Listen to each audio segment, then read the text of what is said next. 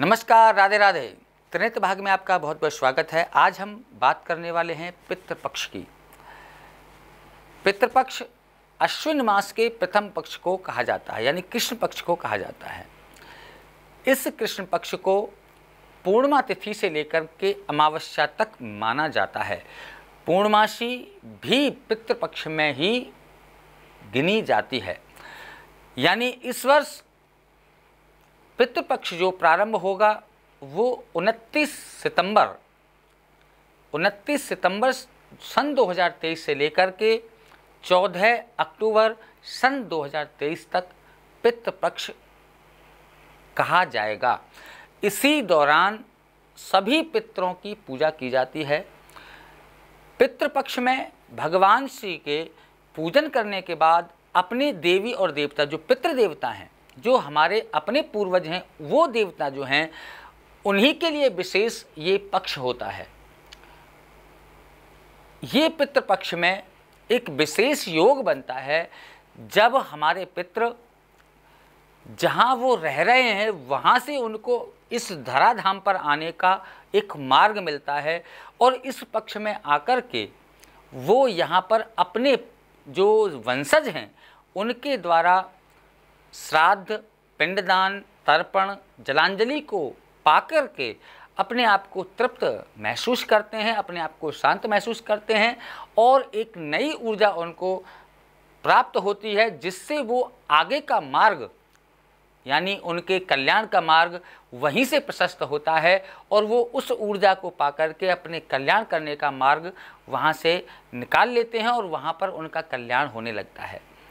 इसीलिए जो वंशज अपने पितरों का तर्पण नहीं करते हैं, पिंडदान नहीं करते हैं, उनके पूजन पठन नहीं करते हैं, पूजा पाठ नहीं करते हैं, उनके लिए उनके पितृ उनसे नाराज़ हो जाते हैं और नाराज़ होकर के पितृ उन पर विशेष अपना कहर तक बरसा देते हैं, उनके समस्त कार्यों को नष्ट कर देते हैं, उनके मन खराब हो जाते हैं, घर में कलेश आ जाता है, संतान वृद्धि पितृ रोक देते हैं, विवाह होने में देरी होने लगती हैं, अन्य बहुत सारी परेशानियां जीवन में हमारे पितृ देवता क्रिएट कर देते हैं यदि उनकी आप पूजा नहीं कर रहे तो। यदि आप उन पितृ देवताओं का पूजन कर रहे हैं तो जहां पितृ देवता शांत हो जाते हैं वहीं से आपको पितृ देवता आशीर्वाद देते हैं। आपके द्वारा किए गए पिंडदान से, श्राद्ध कर्म से, आपके तर्पण से, जलांजलि से पितृ देवता तृप्त होकर के आपको आशीर्वाद देते हैं और आप पर अपनी कृपा बरसाते हैं। अगर कोई भी वंशज अपने पितरों को ये तर्पण पिंडदान नहीं करता है तो उन पर पितरों का विशेष कहर बरसने लगता है।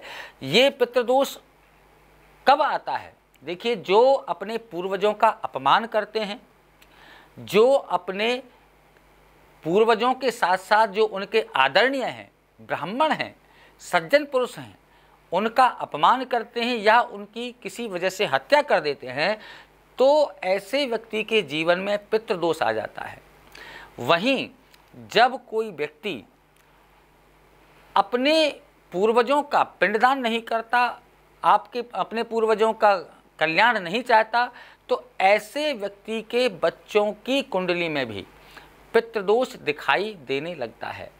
या ये कहें कि जो अपने पूर्वजों का, ब्राह्मणों का, सज्जनों का वध कर देते हैं, उनका बहुत सताते हैं उनको, तो उनके बच्चों की कुंडली में भी पितृदोष दिखाई देने लगता है।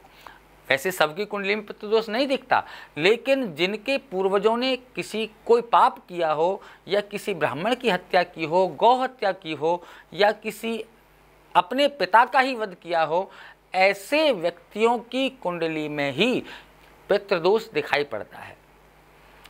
और जिनकी कुंडली में पितृदोष हो जाता है, आ जाता है, तो ऐसे व्यक्तियों को चाहिए कि वो इस पितृपक्ष में विशेष पूजन करके, यानी पितृ यज्ञ करके, पितृ गायत्री यज्ञ करके अपने पूर्वजों की शांति कर सकते हैं, उनको पिंडदान कर सकते हैं, श्राद्ध कर्म कर सकते हैं, उनके लिए तर्पण कर सकते हैं, उनको जलांजलि दे सकते हैं। अगर आपके पूर्वज आपके द्वारा पिंडदान पाते हैं, श्राद्ध कर्म पाते हैं, जलांजलि पाते हैं, तो वो आपको निश्चित आशीर्वाद देते हैं। और जो पितृपक्ष में विशेष पूजा करता है, पितृ श्राद्ध करता है, पितृ यज्ञ करता है, पितृ गायत्री यज्ञ करता है, तो उनकी कुंडली में भले ही पितृदोष हो लेकिन वो शांत होकर के यहीं पर रुक जाता है, आगे आपके बच्चों की कुंडली में वो पितृदोष नहीं जाता है। और जो व्यक्ति अपने पितरों के कल्याणार्थ ये कार्य नहीं करते, उनके पिंडदान नहीं करते, उनके लिए पितृ यज्ञ नहीं करते, तो ऐसे बच्चों की कुंडली में भी, उनके बच्चों की कुंडली में भी ये पितृदोष यहीं से आकर के उनकी कुंडली में भी दिखाई पड़ने लगता है। जो भी भक्त हैं जो अपने पितरों की पूजा करना चाहते हैं, जो अपने पुत्रों का श्राद्ध कर्म कराना चाहते हैं, तो हमारे संस्थान पर भी बहुत अच्छे आचार्यों की व्यवस्था है। आप हमारे संस्थान पर भी संपर्क कर सकते हैं। लेकिन जो भी पितृकर्म हैं उनको आप विधि और विधान के साथ कीजिएगा, क्योंकि ये पूजा बड़ी सावधानी के साथ की जाती है। पूर्णिमा से लेकर के अमावस्या तक, पूर्णिमा से लेकर के अमावस्या तक प्रत्येक दिन पितरों के लिए है। प्रत्येक दिन हमको किसी न किसी ब्राह्मण को भोज कराना चाहिए, संत को भोज कराना चाहिए, गौ सेवा करनी चाहिए, किसी असहाय की मदद करनी चाहिए। इन दौरान कैसे भी यथा तथा जैसे भी संभव हो पितरों को शांत करने के लिए हमको पुण्य अर्जित करने चाहिए। ब्राह्मणों को बुला करके उनका पूजन करें, उनके लिए दान करें, पितरों की पूजा कराएं, पितरों के लिए दान करें।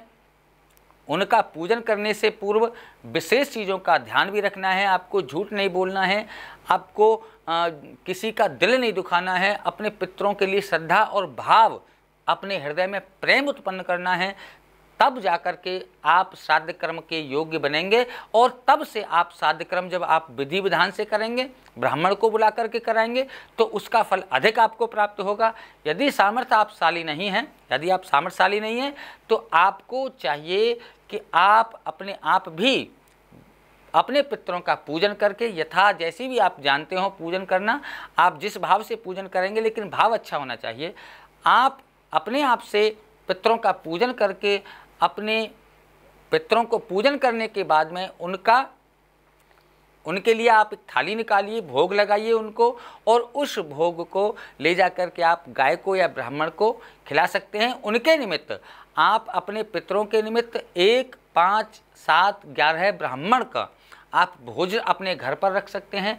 उनके लिए आप वस्त्र इत्यादि की व्यवस्था करके उनको यथाशक्ति दान दे करके, भोजन करा करके, दक्षिणा दे करके प्रेम पूर्वक उन ब्राह्मणों को विदा कीजिएगा। ब्राह्मणों के चरणों का प्रक्षालन करके अपने घर में आप जब छिड़कोगे तो आपके घर से ये पितृदोष शांत होकर के दूर हो जाएगा, और आपके पूर्वज जो हैं, वो पितृ जो हैं, वो आपसे अत्यंत प्रसन्न होंगे और उनको भी शांति मिलेगी, उनका भी कल्याण का मार्ग प्रशस्त होगा।